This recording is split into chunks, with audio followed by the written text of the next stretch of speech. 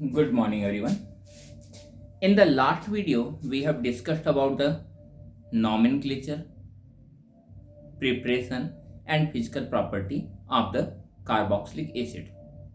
And in this video, we are going to discuss about the chemical property of the carboxylic acid. Then, first of all, the structure of carboxylic acid, that is the CH3COOH. Or on the basis of this structure, when you will discuss about the chemical property of carboxylic acid, तो this is a well known acid. अब ये क्या strong acid या weak acid है, इसके dissociation से ही आपको समझ में आएगा. तो ये है आपका CH3COO minus and H plus when it is in aqueous medium. अब यहां पे देखिए, कोई भी एसिड उतना ही स्ट्रॉन्ग एसिड होता है जितना उसका एनायन स्टेबल हो. अगर एनायन स्टेबल है तो ज्यादा एसिडिक स्ट्रेंथ शो कर रहा है, अगर एनायन स्टेबल नहीं है तो एसिडिक स्ट्रेंथ उसकी कम हो जाती है. तो हम इस एनायन की, जिसे हम कहते हैं कार्बोक्सिलेट आयन, इस एनायन की स्टेबिलिटी को डिस्कस करने की कोशिश करते हैं. और जब हम इसे डिस्कस करेंगे, then you will find that the anion is C+O minus, और यहाँ पे डीलोकलाइजेशन ऑफ चार्ज होता है which is well known as resonance, और ये बनाता है CH3CO minus and double bond O, और ये फिर से यहाँ पे, यानी दो रिजोनेटिंग स्ट्रक्चर्स बन रहे हैं. रिजोनेंस स्टेबलाइज है, लेकिन क्या दो ही रिजोनेंस स्ट्रक्चर इसको बहुत ज्यादा एसिडिक बनाने के लिए कैपेबल होंगे? क्या ये फिनॉल जैसे स्पीशीज से ज्यादा एसिडिक होगा या कम एसिडिक होगा? So when you will see the number of resonating structure, that's only 2. But when you will see the speed of resonance, the frequency of resonance, you will find it is very, very quick. Why it is very quick? Because the resonance is taking place in between two highly electronegative oxygen atom. ये oxygen atom electronegative, ये दूसरा oxygen again electronegative, और highly electronegative atoms के बीच में charge क्या कर रहा है? क्विक डीलोकलाइज हो रहा है, तेजी से डीलोकलाइज हो रहा है. यहां से यहां, यहां से यहां जा रहा है. और आपको मालूम है, greater the delocalisation greater will be the acidic strength. यही जब आप फिनॉल के केस में देखेंगे तो रिजोनेंस किसके बीच में होता है? फेनॉक्साइड आयन के ऑक्सीजन और बेंजीन रिंग पे जितने भी कार्बन हैं उनके बीच में. यानी रेट ऑफ रिजोनेंस क्या होता है? स्लो हो जाता है.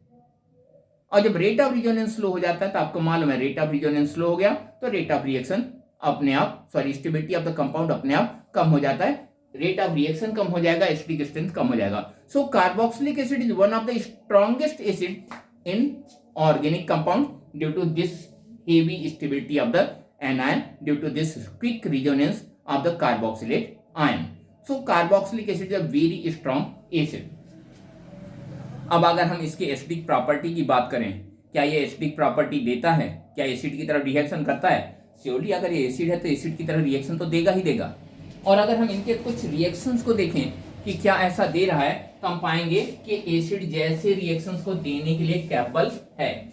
तो सबसे पहला रिएक्शन क्या देखते हैं? हम पहला रिएक्शन देख रहे हैं, reaction with bicarbonate, sodium bicarbonate.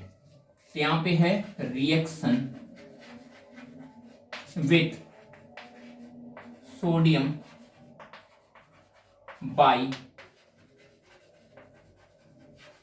bicarbonate. The reaction with sodium bicarbonate. This is the compound that is RCOOH, a carboxylic acid, which is treated with the NaHCO3. Simple reaction में क्या होता है? सोडियम बाइकार्बोनेट आसानी से carboxylic acid से react करता है और बनाता है RCOONA, साथ में बनाता है कार्बन डाइऑक्साइड एंड वाटर. आपको मालूम है, कार्बन डाइऑक्साइड बबल्स का फॉर्मेशन करते हैं. Carbon dioxide appears as a bubble, और जब कार्बन डाइऑक्साइड बबल्स के फॉर्म में निकलेंगे तो बबल्स टूटेंगे. इन बबल के टूटने की साउंड आएगी, इसी को हम कहते हैं ब्रिस्क इफरवेसेंस. Brisk effervescence. तो यहाँ पे ये ब्रिस्क इफरवेसेंस जनरेट करेगा.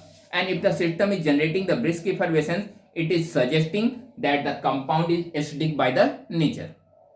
तो ये sodium bicarbonate reaction with sodium bicarbonate, जिसे सोडियम बाइकार्बोनेट टेस्ट भी कहते हैं, this is a test for carboxylic acid.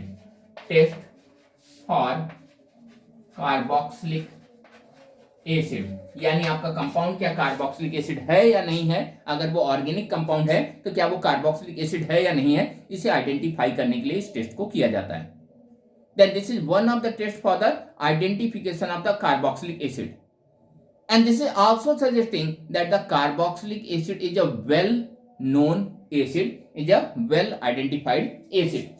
क्योंकि जब आपने देखा था जूनियर क्लासेज में भी आप लोग ये रिएक्शन पढ़ चुके हैं, क्लास 10th में पढ़ा है आपने प्रॉपर्टी ऑफ कार्बोक्सिलिक एसिड, वहां पे आपने स्पेसिफिक टर्म यूज किया था प्रॉपर्टी ऑफ एथेनोइक एसिड। तो प्रॉपर्टी ऑफ एथेनोइक एसिड में आपने देखा था reaction with litmus paper, reaction with this one that is the sodium bicarbonate, reaction with the alcohol. हम दूसरा रिएक्शन देख रहे हैं that is suggesting that the compound is acid, that is the reaction with metal, reaction with metal. अगर हम carboxylic acid को compare करें mineral acid से, surely organic acids are weaker acid than the mineral acid. तो यहाँ पे HNO3, H2SO4 जैसा strong acid surely ये नहीं है, उनसे वीक है। तो जब हम इसे ट्रीट करेंगे RCOOH with sodium hydroxide NaOH, तो क्या होगा, रिएक्ट करके ये बनाएंगे RCOONA, that is called the sodium carboxylate, that is a salt along with water। और आपने छोटी क्लास में पढ़ा है, इवन सीनियर क्लासेस में भी पढ़ा है, that when an acid reacts with base it form salt and water।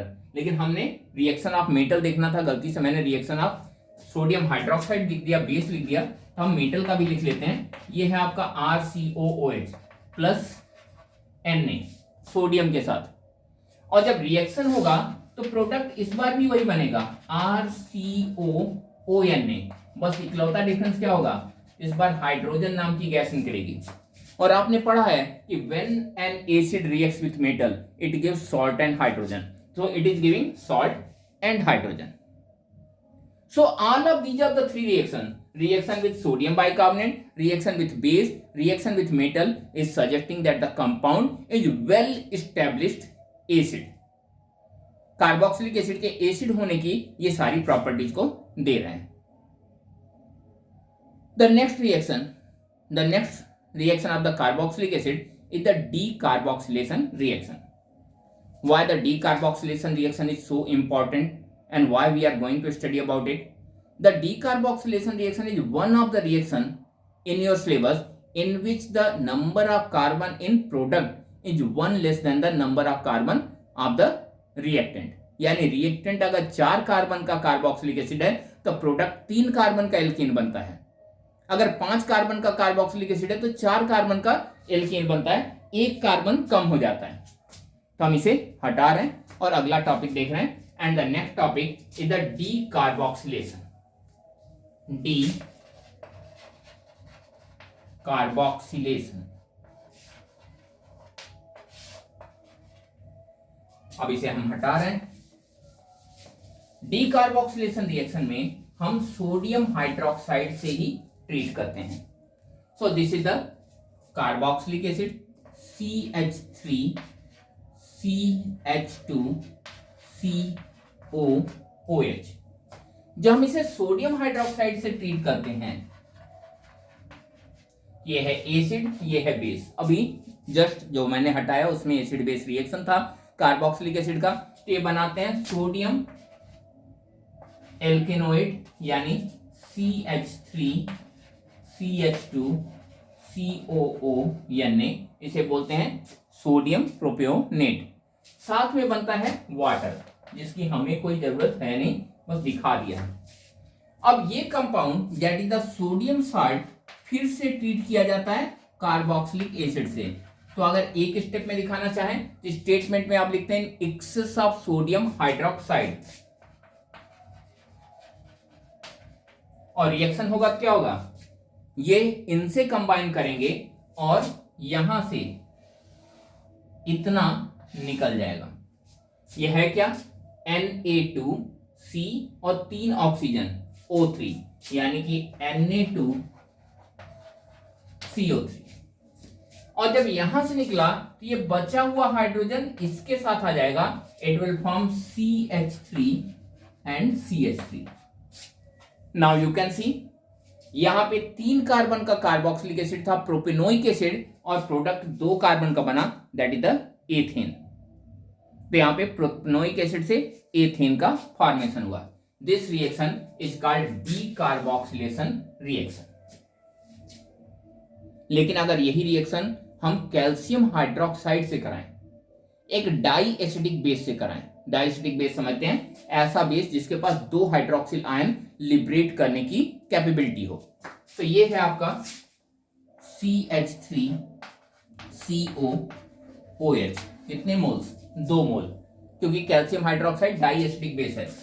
अब इसे हमने कैल्शियम हाइड्रोक्साइड से ट्रीट किया, ये बना आपका CH3COOCaOCO3.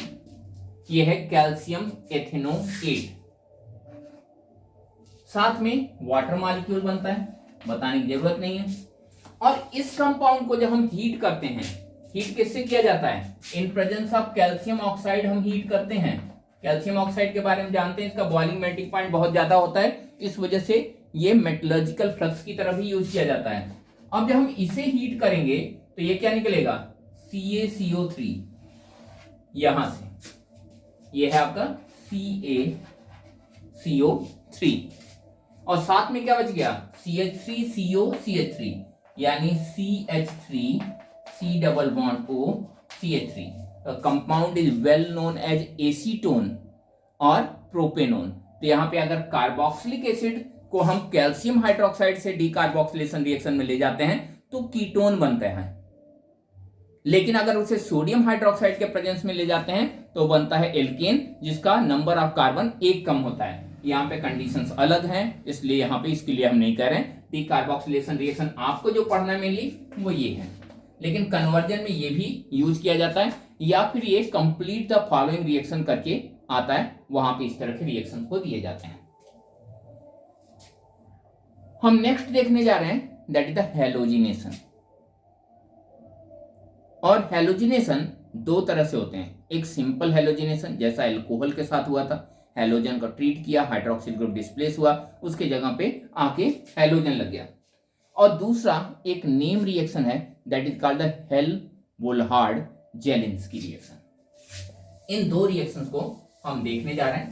पहला हम देखने जा रहे हैं सिंपल हैलोजिनेशन प्रोसेस, यानी कि reaction with any of the halogenating agent. So it is halogenation. And this one is the carboxylic acid RCOOH. जब इसे हम हैलोजिनेटिंग एजेंट लाइक SOCl2, या फिर इसकी जगह पे आप यूज कर सकते हैं PCl3 और PCl5, या कोई हैलो एसिड भी यूज कर सकते हैं. जब इसे ट्रीट करते हैं तो होता क्या है? OH इस Cl के साथ सब्स्टिट्यूट हो जाता है और बनाता है RCOCl, और साथ में बनता है सल्फर डाइऑक्साइड एंड HCl. आसानी से हाइड्रोक्सिल ग्रुप हैलोजन से सब्स्टिट्यूट हो जाता है. लेकिन अगर यही हैलोजिनेशन रेड फास्फोरस के प्रेजेंस में हो तो हम इसे कहते हैं हेल-वोल्हार्ड-जेलिंस्की रिएक्शन. हेल-वोल्हार्ड-जेलिंस्की रिएक्शन, जिसे HVZ भी कहते हैं. अब यहाँ पे हेल-वोल्हार्ड-जेलिंस्की रिएक्शन या HVZ रिएक्शन होता क्या है, कंडीशन क्या है, कब होगा कब नहीं होगा? इसके लिए कंडीशन है there must be the presence of alpha hydrogen. Alpha hydrogen आप लोगों ने एल्डोल कंडेंसेशन में पढ़ ही लिया है, और नहीं याद है तो फिर से देख लीजिए. ये है आपका compound, that is the propanoic acid. ये कार्बन बोला जाता है functional group carbon. And next to the functional group carbon, ये इस पे जो भी हाइड्रोजन होते हैं इन्हें हम कहते हैं अल्फा हाइड्रोजन. तो यहाँ पे ये है अल्फा हाइड्रोजन. अगर अल्फा हाइड्रोजन होगा तभी हेल-वोल्हार्ड-जेलिंस्की रिएक्शन होगा, अदरवाइज हेल-वोल्हार्ड-जेलिंस्की नाम का कोई रिएक्शन नहीं हो सकता. अब यहाँ पे जब हम इसे ट्रीट करते हैं किससे? रेड फास्फोरस और हैलोजन से. हैलोजन स्पेसिफाइड ले लेते हैं Cl2। जब हम इसे ट्रीट करते हैं तो होता क्या है, अल्फा हाइड्रोजन को डिस्प्लेस करके क्लोरीन लग जाता है, यानी कंपाउंड बनता है CH3CHClCOOH। अभी तक क्या हो रहा था, इस OH को हटा के लग रहा था, लेकिन इस बार कहां हुआ, इस अल्फा हाइड्रोजन को हटा के इसकी जगह पे हैलोजन लग गया। And this reaction is very well known name reaction. Surely name reaction है तो ये इंपॉर्टेंट रिएक्शन भी होगा। Then this is an important reaction from the carboxylic acid. Carboxylic acid में बस यही एक नेम रिएक्शन है ही। The reaction is well known as Hell-Wohlhard-Jelinski, लेकिन मैक्सिमम टाइम इसे HVZ ही लिखते हैं। रीजन आपको मालूम है, इतना बड़ा सा रिएक्शन, इतना बड़ा सा नाम कौन लिखने जाए। रिएक्शन तो जरा सा ही है, लेकिन इस रिएक्शन का नाम बहुत बड़ा है। हम नेक्स्ट देखने जा रहे हैं the dehydrolysis process, dehydrolysis of the carboxylic acid. और पहला इसमें हम देखने जा रहे हैं dehydrolysis with alcohol. The reaction is very well known, आपने पहले कई बार करा रखा है, बहुत अच्छे से इसके बारे में जानते हैं। This is called ईस्ट्रीफिकेशन।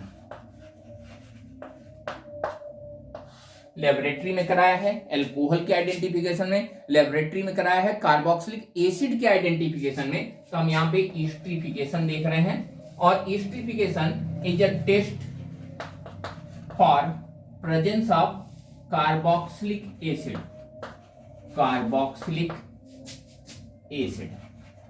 तो यहाँ पे कार्बोक्सिलिक एसिड के प्रेजेंस के लिए ये ईस्ट्रीफिकेशन टेस्ट है। ये है आपका कार्बोक्सिलिक एसिड CH3COOH।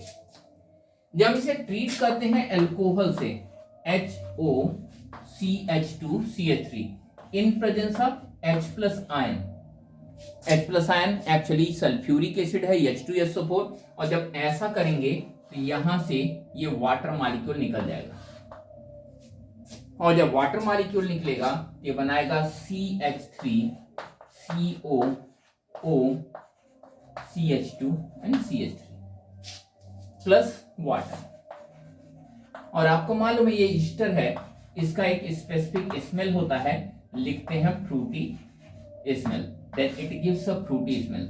दुनिया के जितने भी प्लीजेंट स्मेल हैं, मैक्सिमम स्मेल ईस्टर से ही बनाए जाते हैं, चाहे वो फ्रूट की स्मेल हो, चाहे वो फ्लावर्स की स्मेल हो, या फिर किसी परफ्यूम की स्मेल हो, ये सारे के सारे ईस्टर से ही बनते हैं। अगर हम एल्कोहल ना लें, डायरेक्ट हाइड्रोलिसिस करा दें, यानी सॉरी डीहाइड्रोलिसिस करा दें, डीहाइड्रोलिसिस of carboxylic acid,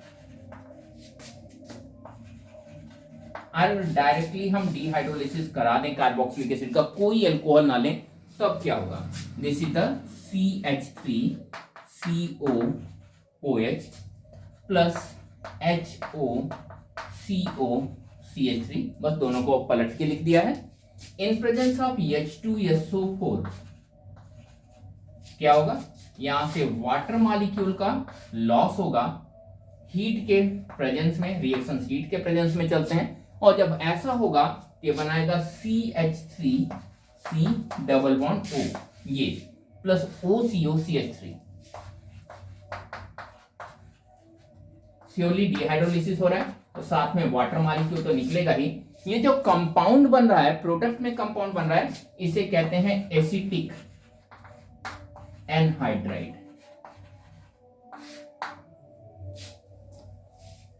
So these were some of the important chemical properties of the carboxylic acid.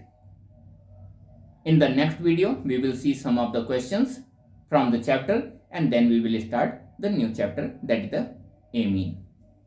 Till then, thank you and have a nice day.